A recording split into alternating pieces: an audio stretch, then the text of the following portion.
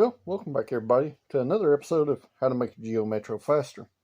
I'll flip this camera around, I won't bore you too much, and I'll explain what I've had going on in the background.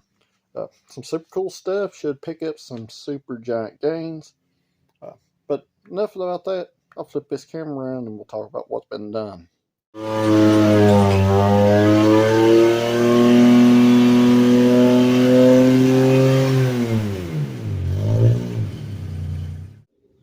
And if you remember our last video, we started having low compression in cylinder 2, having valve sealing problems.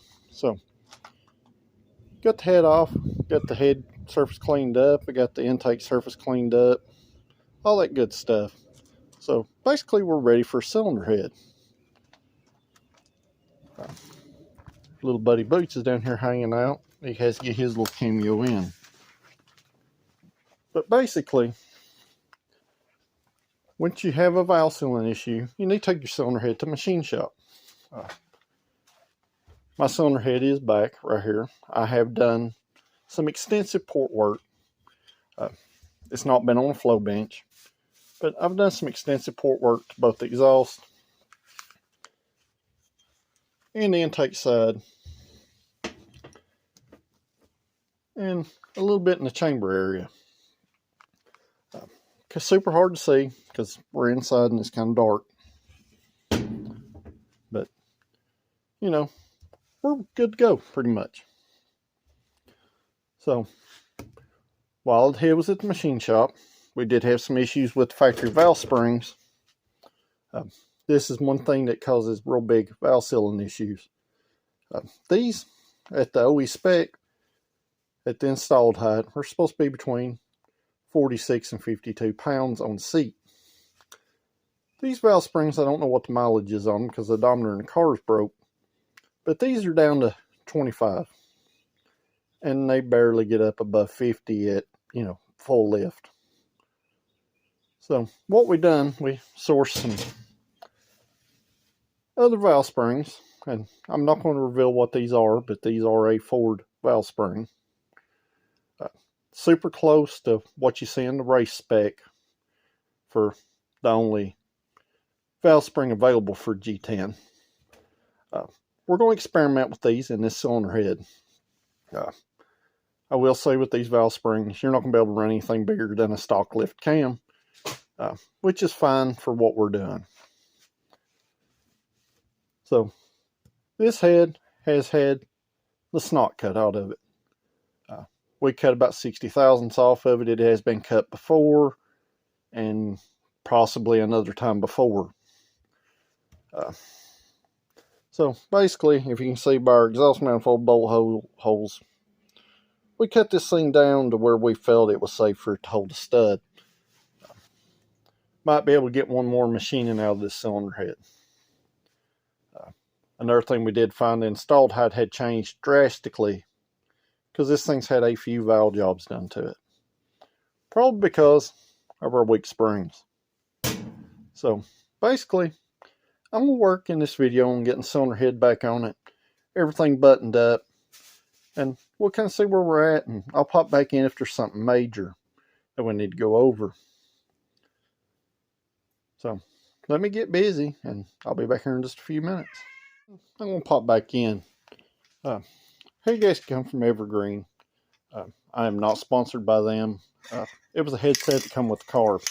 Didn't cost me nothing. Looks like a super nice head gasket. Our oil drain back hole looks large enough and in the proper location. I always like to spray my head gaskets with a little copper spray, especially if it's something I'm going to beat on or anticipate taking the head back off, because this stuff makes cleanup. When you remove a cylinder head, where your gasket sticks to the deck or the head, this stuff makes it super nice cleanup afterwards. So, got our head gasket tacking.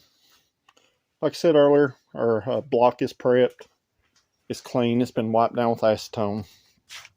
So, here in just a few minutes, I'm going to plop that head gasket on there. And we're going to ram our little head back home. Where it goes. So, you got any anticipations of what it's going to pick up, make sure you drop that down in the comments. But I'll be back here in just a few. And alright, I got our cylinder head on there. Did have to put some hardened washers under the head bolts because this head has been cut excessively. You have problems blowing head gaskets and your head's been cut or been off before, you need to verify your bolt length. You can measure your head bolt boss. You can bottom one of the bolts out in the block and measure that distance. Like this, it's got about a 1/2 inch stack under each head bolt. So this head, we cut it a bunch today. It's been cut a bunch in the past. Should give us our compression we desire. The factory head bolt torque on these is 54 pounds. And I always try to go in a star pattern, you know, something like that. But the head bolt torque is 54 pounds, and that's what we're going to pull them to. Usually on hot rod stuff, I'll pull them a little extra if I can. I'll just feel this out in this situation.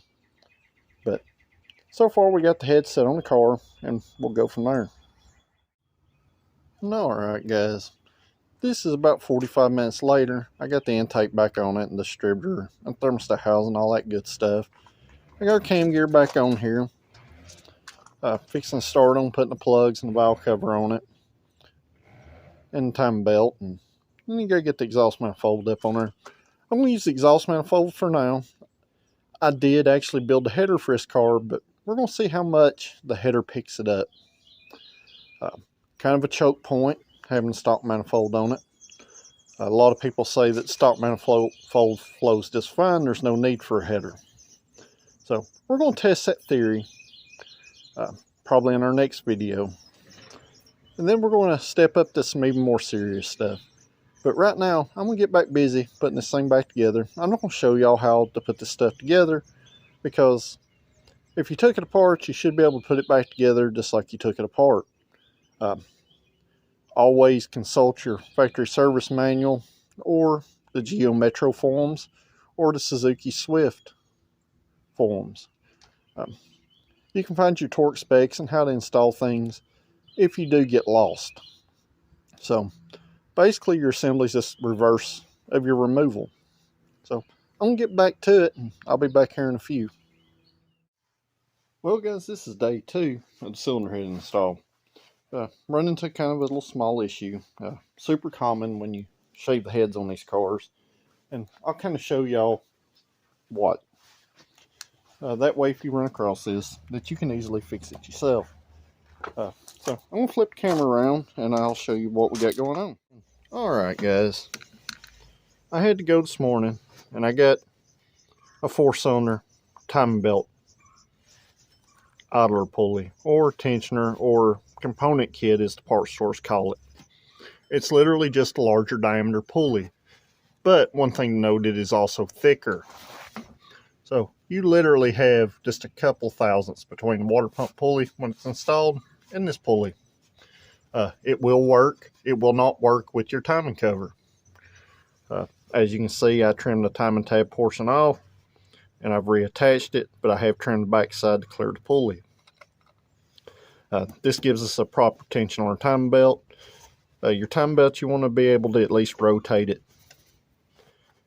Now, we did put super heavy valve springs in this head, so we started to get a little belt slap because we couldn't get it tight enough, even with tensioner all the way down. Now, I do have the tensioner way below where it goes. That way I could custom tension it to my liking. Like I said before, I like it where you can just barely twist the belt about 3/4 of the way. That should take out all the belt slap. Once again, I did time this motor by the highest compression for the cam gear. I can vary that a little bit. We're about 210 psi cranking compression. Should be higher, but there's a lot of factors in play here.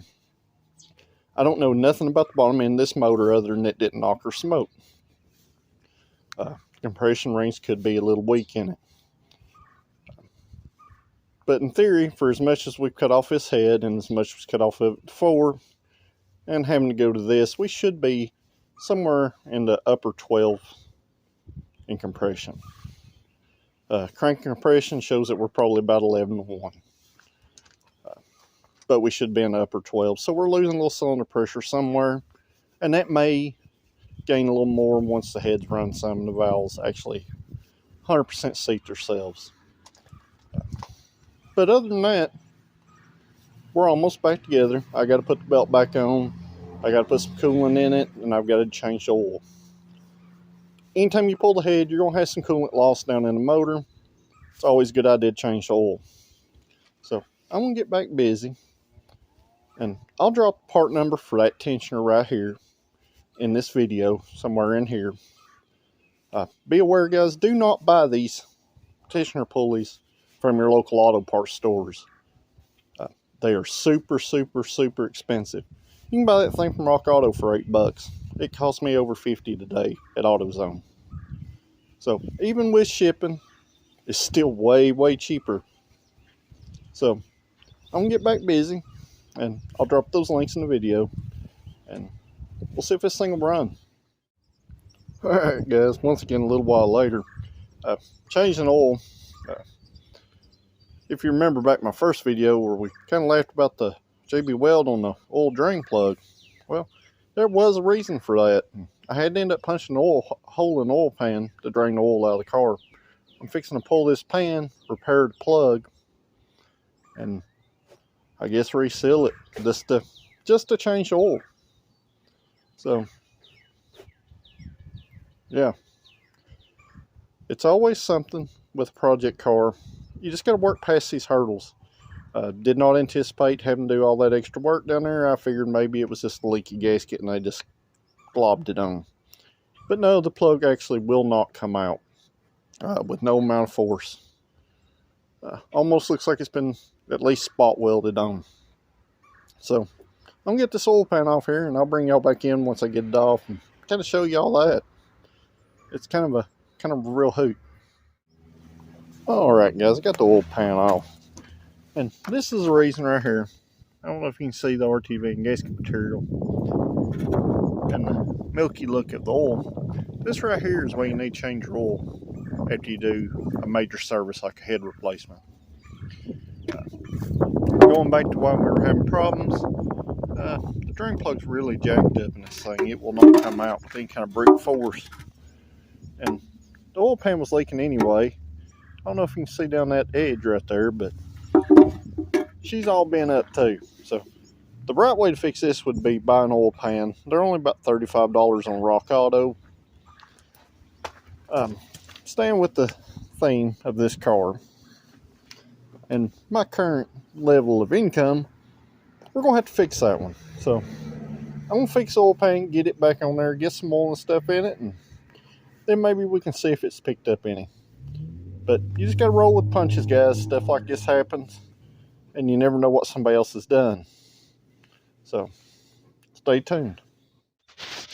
Alright guys, I just got back from the test drive. Been kind of tweaking a few things, some timing and some stuff. It did pick up quite a bit. Not as much as you're going to expect. Now remember, when you're dealing with a small motor, big gains are 2, 3, 4, 5 horsepower gains, and they don't always show up, you know, in the 8th mile. The car did pick up big. Just lightly looking at the data, somewhere around 2/10. Considering, you know, there's been no other changes, no real tuning done, other than I messed with timing a little bit. Super happy. It needed a valve job anyway, so, you know,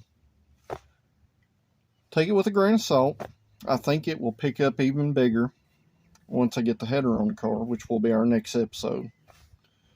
Because the exhaust ports in the manifold are actually smaller than the ports in the head. Now this thing starts to really come alive about 4,000 RPM. And I have lost some up top power, even though we have stiffer valve springs, and I'm thinking we're getting a little reversion from a smaller manifold. So stay tuned guys. The next episode, we're going to put a header on this thing and see what happens. So before I leave y'all with the end of this episode, now I am going to do some more tuning on this car, and if it picks up any, I will add that to the end of this video. But basically, all we did was have the head worked, had a valve job done, I done some home port work on the head. No bigger valves, no flow bench, no big mess. Uh, it does have a set of stiffer valve springs in it. They're about 70 pound on the seat and somewhere around 165, 170 at open. So I really expect to start turning this thing a lot harder than what I have been. At this point, it is what it is. Like I told you before, for this test, I did leave the stock manifold on it. There's been no jetting changes. There's been no cam timing changes.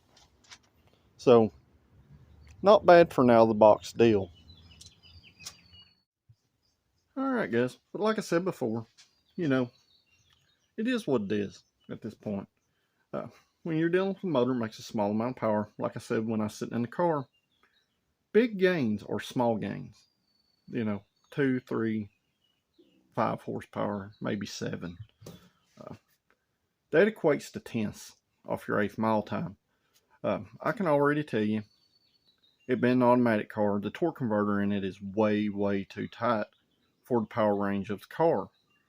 And we do have some performance loss from that.